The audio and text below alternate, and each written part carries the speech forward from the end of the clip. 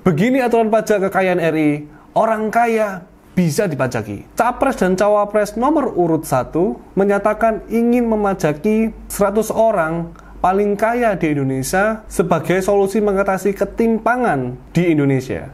Dalam video ini, saya akan membahas terkait dengan bagaimana penerapan pajak kekayaan di Indonesia dan jenis kekayaan seperti apa yang boleh dikenai pajak. Jadi, pastikan menonton video ini sampai akhir ya, supaya bisa mendapatkan insight yang baik sampai di akhir video.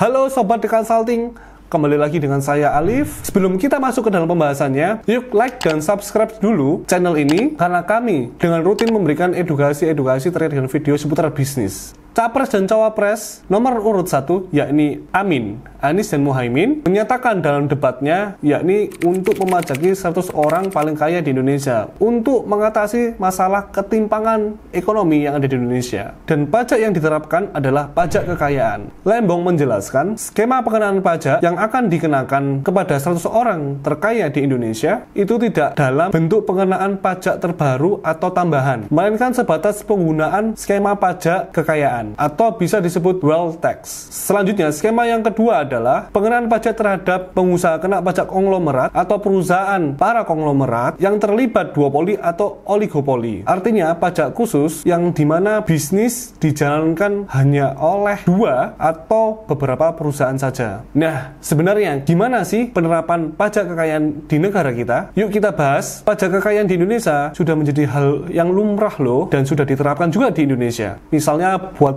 properti seperti pajak bumi dan bangunan, dan juga buat kendaraan bermotor. Nah, ini adalah termasuk kategori pajak kekayaan. Nah, kalau aset-aset diperjualbelikan, pasti bakalan kena pajak kekayaan lagi. Misalnya, kalau rumah atau tanah dijual, itu akan dikenakan PPh final sekitar 2,5% oleh si penjual. Nah, buat yang beli, dia akan kena BPHTB, yaitu biaya perolehan atas hak tanah dan bangunan. Nah, misal mau nerapin pajak baru, mesti diatur lewat undang-undang. Nah, sekarang kita akan bahas terkait dengan jenis pajak kekayaan apa aja sih yang dikenai oleh pajak. Di Indonesia, sudah ada beberapa objek pajak kekayaan yang menjadi objek perpajakan. Beberapa contoh kekayaan, yaitu properti, di mana properti ini adalah masuk kategori pajak bumi dan bangunan. Pajak yang dikenakan atas kepemilikan tanah atau bangunan yang ada di Indonesia. Selanjutnya yaitu pajak kendaraan bermotor. Pajak yang dikenakan atas kepemilikan kendaraan bermotor seperti mobil dan sepeda motor. Selanjutnya adalah investasi, yaitu pajak atas penghasilan, termasuk pajak penghasilan atas dividen,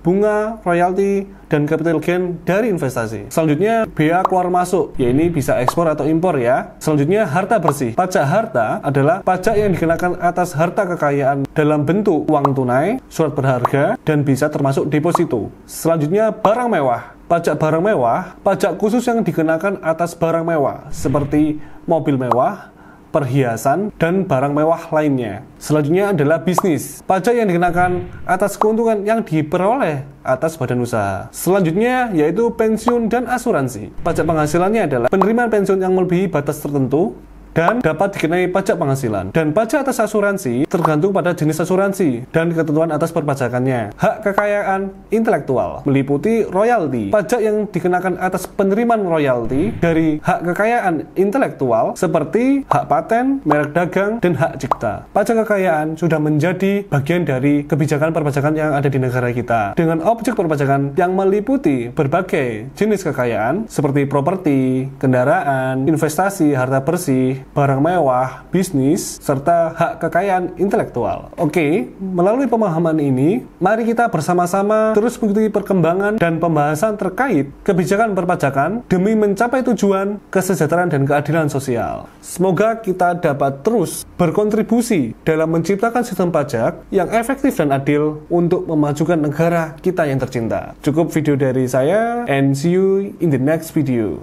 Goodbye.